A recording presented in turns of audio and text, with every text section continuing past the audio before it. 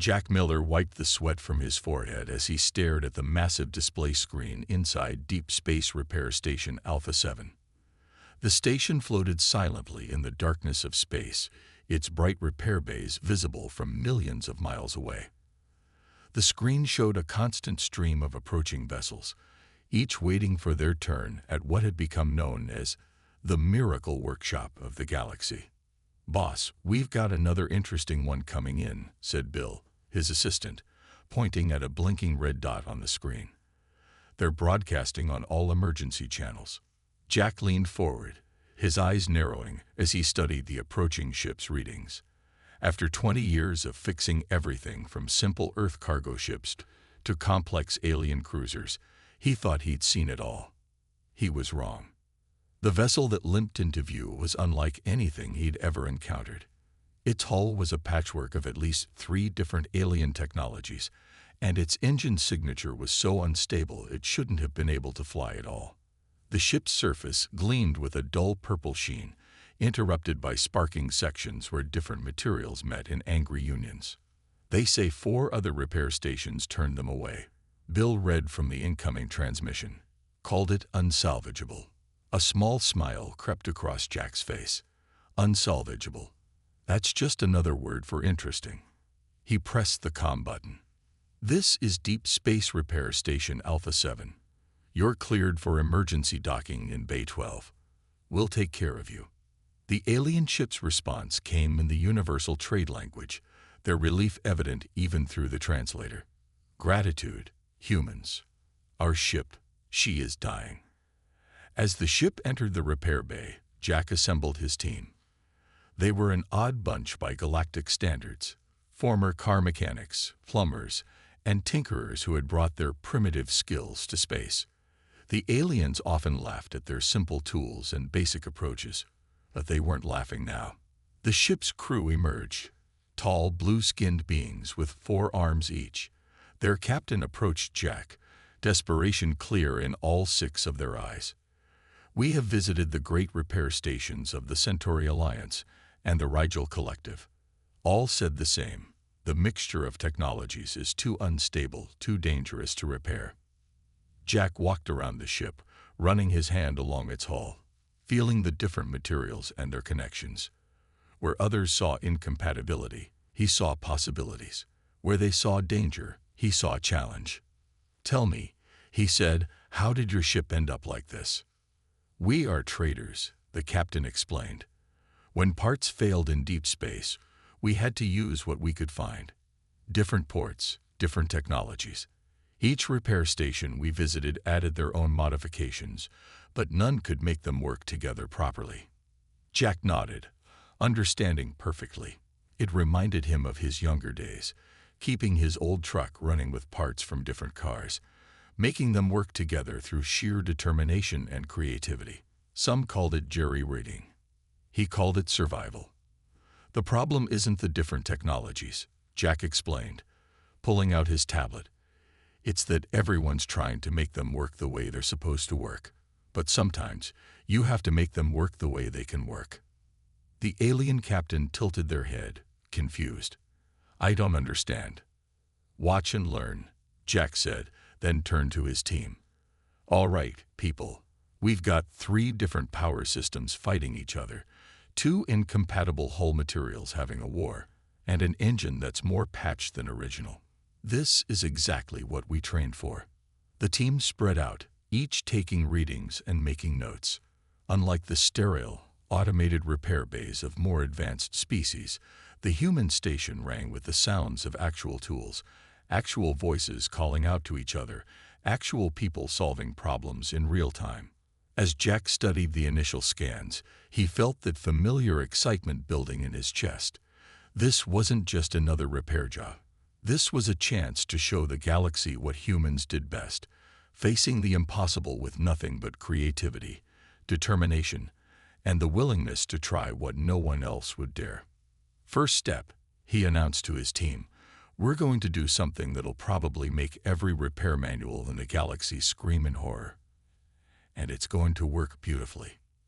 The alien crew watched nervously as the humans began their work, not yet knowing they were about to witness the beginning of a revolution in space repair technology, one that would change the galaxy's view of humanity forever. Jack stood in front of the alien ship's exposed engine core, scratching his head.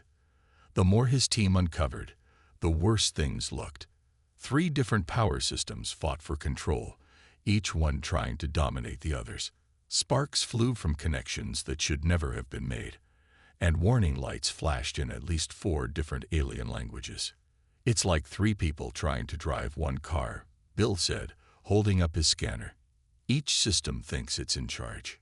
The alien captain hovered nearby, all 6 eyes blinking nervously. Behind them, a small crowd had gathered.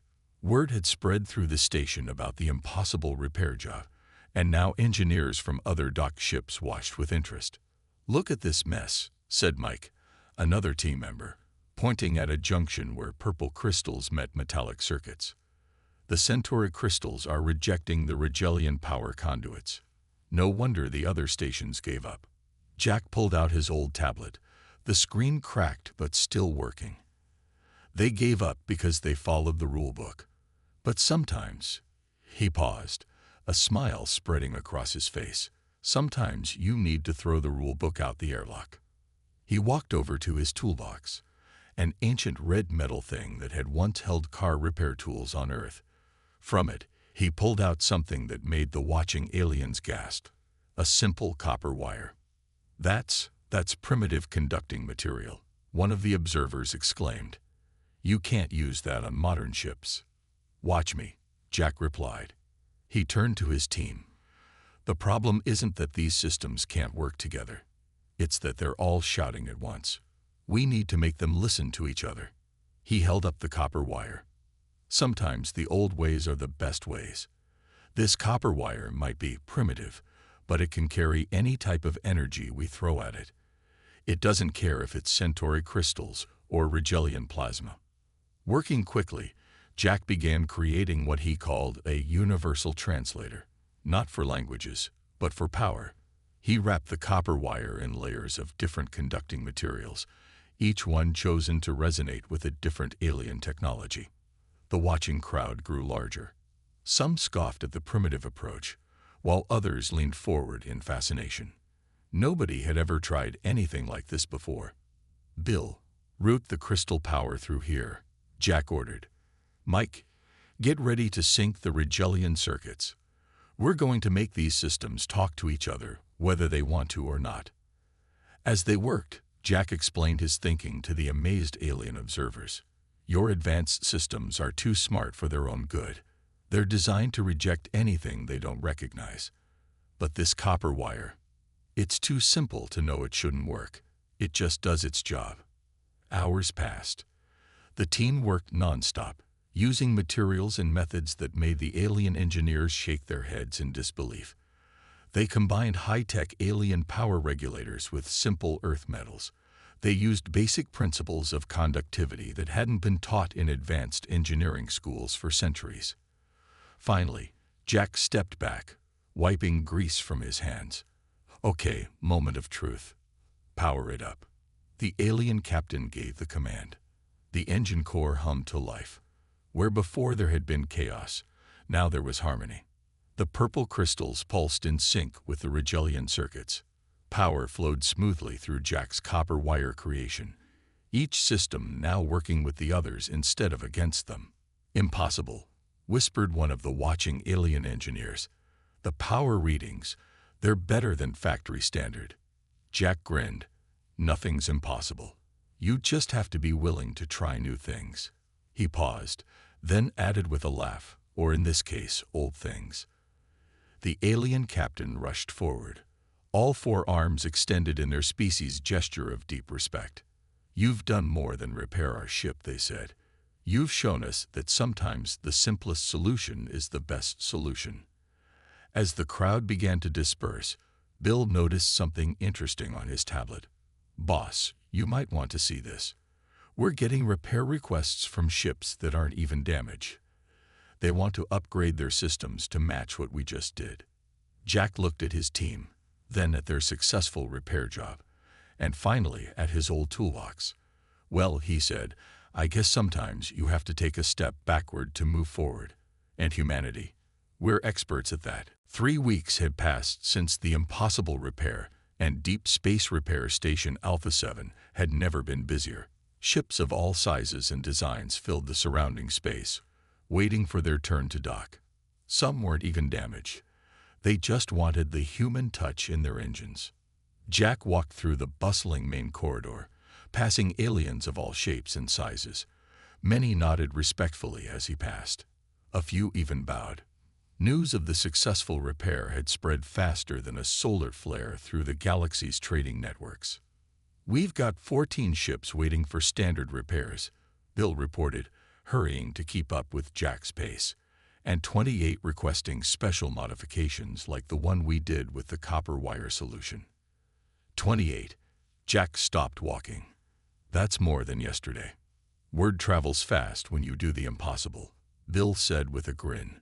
"Oh, and you need to meet our newest team member. He just transferred from Earth." They entered the main repair bay where a man in his 50s was examining an alien engine with experienced eyes. His name was Tom, and until 2 weeks ago, he had been fixing cars in a small garage in Kansas. "The funny thing is," Tom said as Jack approached, "these fancy alien engines aren't so different from old Earth cars. Different parts, same problems." He pointed to a glowing purple section. "This here reminds me of a carburetor, just fancier looking." Jack smiled.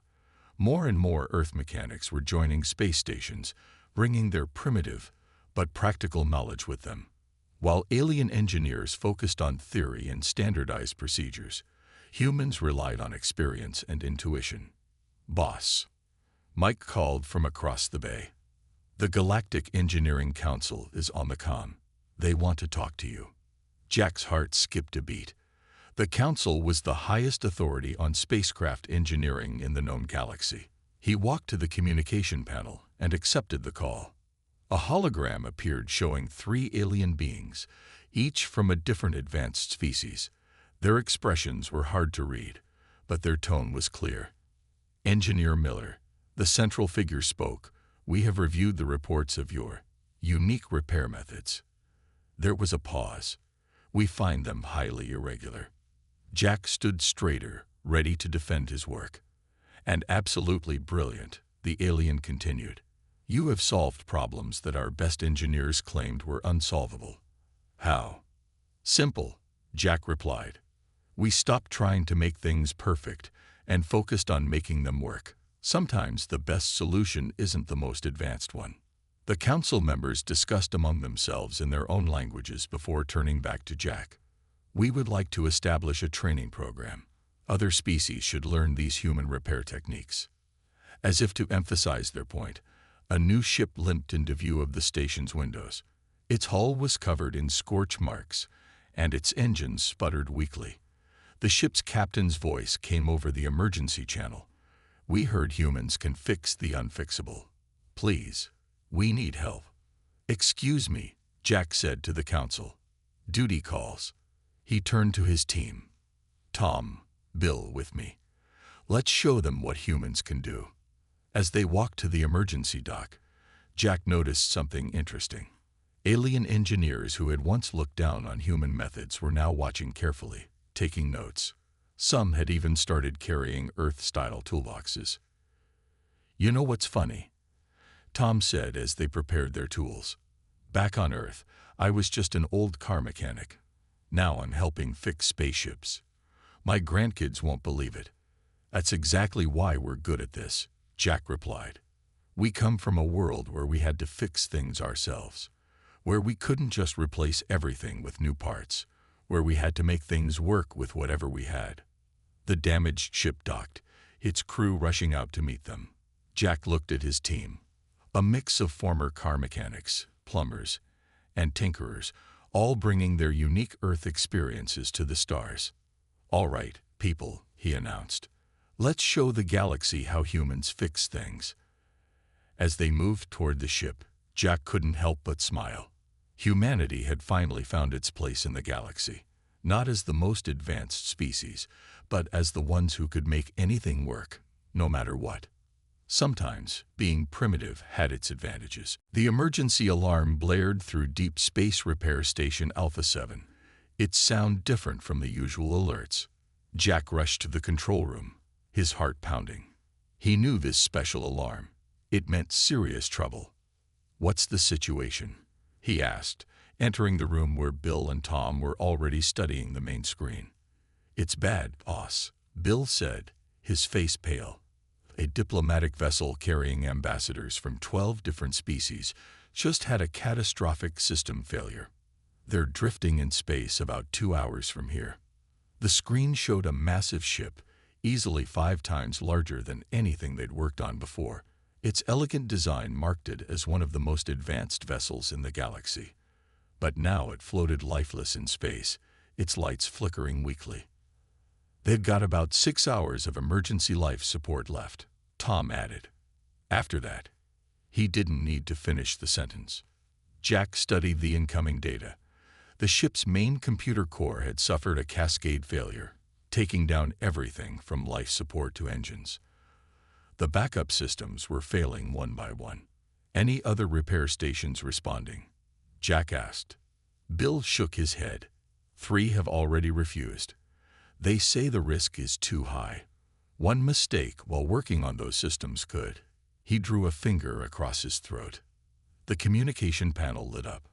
A hologram appeared showing one of the ship's crew members, their face showing signs of stress even through the alien features. "Human repair station." They spoke quickly. "We have 24 ambassadors aboard, plus crew. Our situation is critical.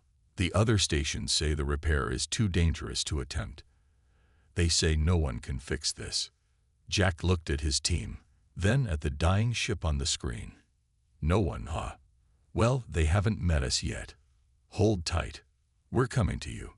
He hit the station-wide comm button. "This is Jack. I need all hands.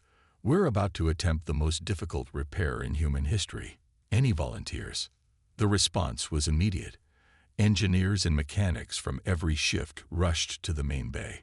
Some had just finished long shifts, but no one was leaving. "We'll take the repair shuttle," Jack announced to his team. "It's got all our tools, and it's faster than waiting for them to drift here." As they prepared to leave, a message came in from the Galactic Engineering Council. "This is beyond any approved repair procedures," the council member warned. "The risk of catastrophic failure is too high. We advise against this attempt." "Noted," Jack replied simply, then turned to his crew. "Let's move." The repair shuttle launched quickly, pushing its engines to maximum speed. Inside, Jack briefed his team. "This isn't like anything we've done before," he explained. "That ship has technology we've never even seen. One wrong move could blow the whole thing. Anyone who wants to stay on the shuttle can do so. No shame in it." Nobody moved. Right then, Jack continued, pulling up the ship's schematics. "The main computer core is totally fried. It's quantum-based technology, way beyond our usual work." "Like a super advanced CPU?" Tom asked, relating it to what he knew. "Exactly," Jack nodded. "And like any computer, it needs 3 things: power, cooling, and a way to process data. We might not understand the quantum parts, but we understand these basics." The diplomatic vessel grew larger in their view screen.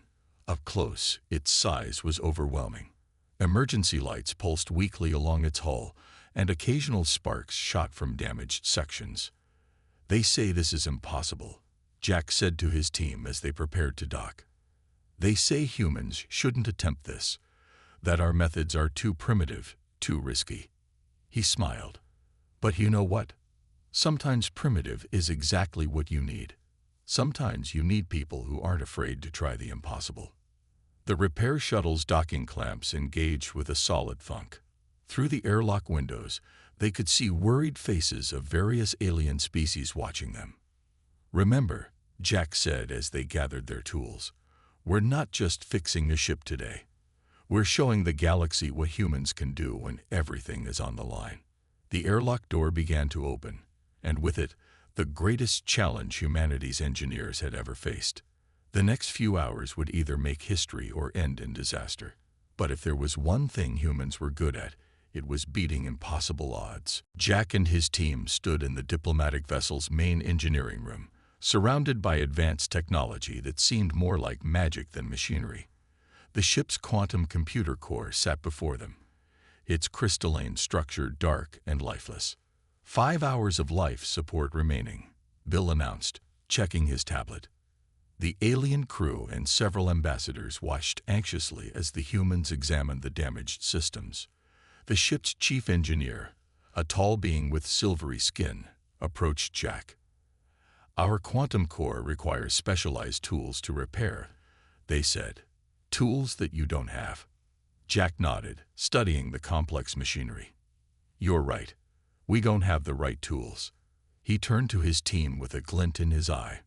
"So we'll make our own." "Make our own." The alien engineer's voice carried disbelief. "That's impossible. These are highly calibrated quantum instruments." Tom stepped forward, holding up a piece of the damaged core. "See this crystal matrix? Reminds me of the time I had to fix a cracked engine block with nothing but epoxy and copper shavings." He turned to Jack. "We might not have quantum tools, but we got something better: human creativity." Jack's mind raced through possibilities. The quantum core isn't just broken, it's shattered. We can't fix it the normal way. But maybe. He paused, an idea forming. Maybe we don't need to. He gathered his team and explained his plan. It was crazy. It was dangerous. It was exactly the kind of thing humans did best. "We're going to build a bypass," Jack announced to the shocked audience. "Instead of fixing the quantum core, we'll create a temporary traditional computing system using parts from our repair shuttle." "That's absurd," one of the ambassadors exclaimed. "You can't replace quantum computing with primitive technology." "Watch us," Jack replied. He turned to his team. "Tom, get the shuttle's backup computer. Bill, I need all the copper wire you can find. Mike, start pulling out any spare processors we've got." The team moved with purpose, ignoring the whispers and doubts from the watching crowd. Jack knew they had one shot at this. If they failed, 24 ambassadors and the reputation of humanity would be lost. Hours passed as they worked. They stripped parts from their own shuttle, fashioned new tools from basic materials, and slowly built something never seen before: a bridge between quantum and traditional computing. 3 hours of life support remaining, Bill called out. The alien crew watched in amazement as the humans worked with what they considered primitive materials. Jack's hands moved steadily, connecting circuits that shouldn't work together, creating pathways that defied conventional wisdom. "It's not pretty," Jack said, wiping sweat from his forehead. "But it doesn't need to be pretty. It just needs to work." Tom connected the last wire. "Ready when you are, boss." Jack looked at the strange combination of advanced alien technology and basic human engineering. It looked like something from a mad scientist's workshop. Quantum crystals connected to ordinary computer chips, alien power conduits merged with simple copper wire. "Everyone ready?" Jack asked. His team nodded. Starting power-up sequence. The room held its breath. Lights flickered. The makeshift system hummed to life. For a moment, nothing happened. Then, one by one, the ship's systems began to come online. Life support stabilized. Emergency lights switched to normal power. The quantum core, bypassed by human ingenuity, allowed the ship's basic functions to resume. "It's working," Bill shouted, checking his readings. "All essential systems are online." The alien crew stared in disbelief at their functioning ship. The ambassadors broke into various forms of celebration, some hugging the human engineers despite protocol. "I don't understand," the ship's engineer said, studying the bizarre combination of technologies. "This shouldn't work. It goes against everything we know about quantum systems." Jack smiled, patting the jury-rigged system. "That's the thing about humans. We don't always know what's impossible, so we just go ahead and do it anyway." As the team began securing their temporary fix, Jack knew this was more than just a successful repair. They had shown the galaxy something important. Sometimes the best solutions come from thinking outside the box, even if that means using primitive methods. The impossible repair was complete, but its impact on human-alien relations was just beginning. 1 month after the diplomatic vessel incident, Deep Space Repair Station Alpha 7 looked very different. The station had doubled in size, with new repair bays added to handle the endless stream of ships seeking human expertise. But the biggest change was happening in Bay 12, which had been converted into the galaxy's first interspecies repair academy. Jack walked through the new academy, watching aliens and humans working side by side. The sight still amazed him. Beings from advanced civilizations were eagerly learning what they called the human way of fixing things. Today's lesson is about improvisation, Tom was saying to a group of alien students. He held up a damaged power coupling. Sometimes you don't have the right part. Sometimes you have to make something work with what you've got. The aliens took careful notes. Some used advanced holographic devices, while others had adopted the simple notebooks that human engineers preferred. They had learned that sometimes the old ways worked best. Jack, Bill called out, hurrying down the corridor. The Galactic Engineering Council is here. They want to make an announcement. Jack found the council members in the main observation room, looking out at the busy repair bays below. Their usual formal demeanor seemed different today, almost excited. Engineer Miller, the lead council member, said, "What your people did with the diplomatic vessel has changed everything we thought we knew about spacecraft repair." "We just did what needed to be done," Jack replied simply. "Exactly." Another council member stepped forward. "That's what we've come to discuss. The council has voted to make human repair techniques part of the standard training for all space engineers." Jack blinked in surprise. Standard training? But I thought our methods were considered primitive. Primitive? The alien laughed, a sound like tinkling crystals. Your methods saved 24 ambassadors when our most advanced technologies could not. That's not primitive. That's revolutionary. Through the window, they watched as a group of human mechanics taught alien engineers how to repurpose simple materials for complex repairs.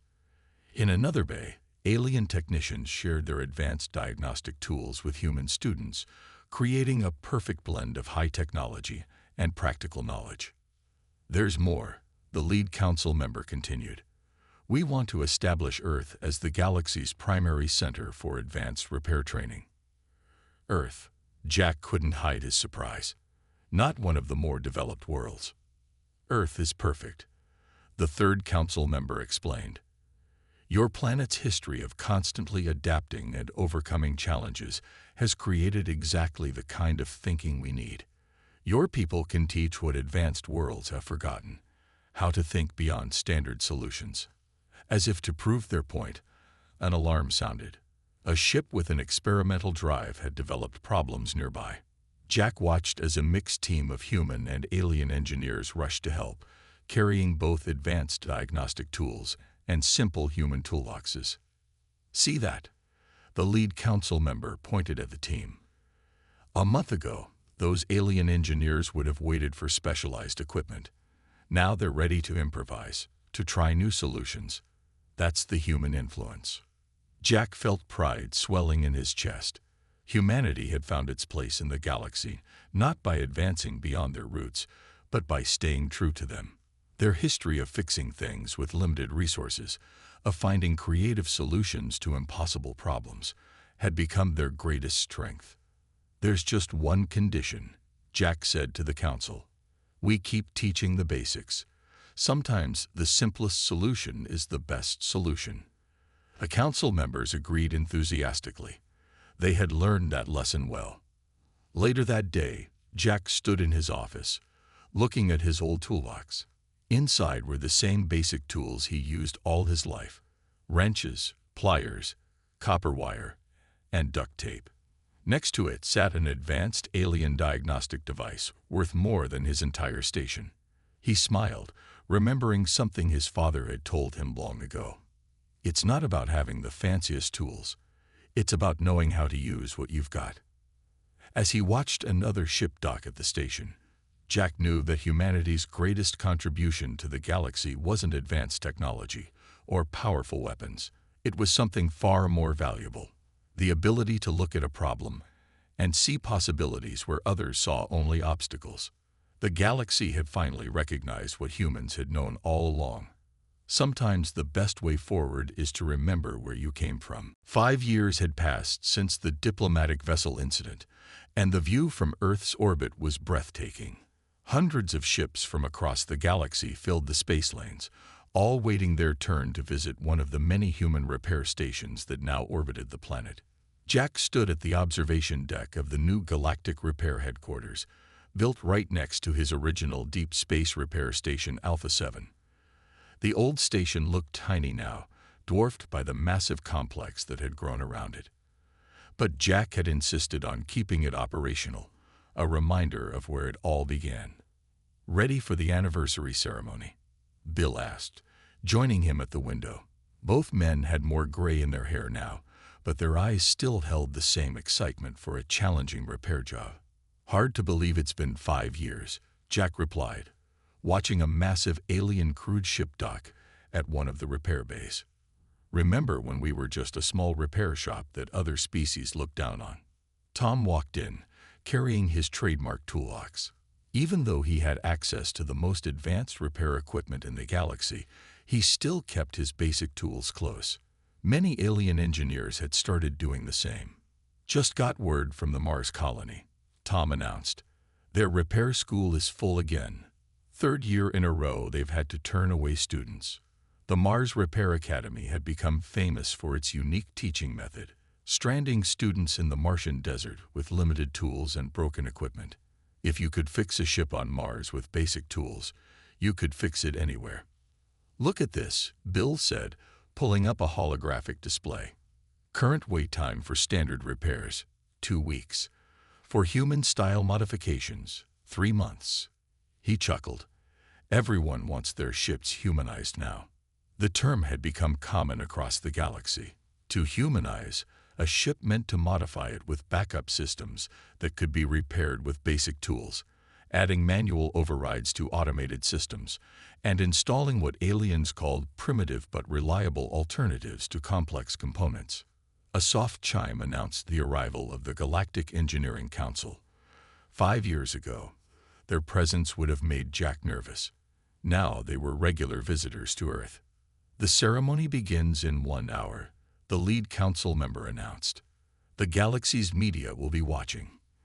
Any words of wisdom to share, Engineer Miller?" Jack thought for a moment, looking out at the fleet of waiting ships. Among them, he could see vessels from species that once considered humans too primitive to associate with. Now they came not just for repairs, but to learn. "Tell them the truth," Jack said. "That humanity's greatest strength wasn't in trying to be the most advanced species. It was in remembering our roots. Every broken-down car we fixed, every jury-rigged solution we created, every time we made something work with whatever we had. It all prepared us for this." The council member nodded approvingly. "You've changed more than just repair techniques. You've changed how the galaxy thinks about problem-solving." It was true. Across the stars, engineering schools now taught what they called human principles: creativity over complexity, practical experience over pure theory, and the importance of understanding basic mechanics before relying on advanced technology. The observation deck began filling with guests for the ceremony. Jack spotted familiar faces: his original repair team, alien engineers who had become close friends, even some of the ambassadors from the diplomatic vessel incident. "Breaking news," Bill announced, checking his tablet. "The Rigel Collective just announced they're replacing their automated repair stations with human staff facilities." He grinned. "Who's primitive now?" Jack laughed, but his attention was drawn to a small ship approaching the station. It was the same model as the first damaged alien vessel they had repaired 5 years ago. The ship that had started it all. As he prepared to give his anniversary speech, Jack thought about humanity's journey. They had never become the most technologically advanced species. They hadn't developed the fastest ships or the most powerful weapons. Instead, they had given the galaxy something far more valuable: the ability to keep flying, no matter what broke down.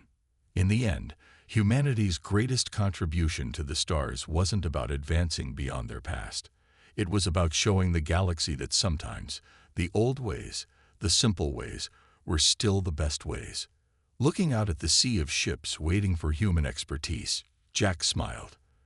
The future of repair work was looking bright, and it had humanity's fingerprints all over it, along with a bit of grease, some copper wire, and maybe just a touch of duct tape.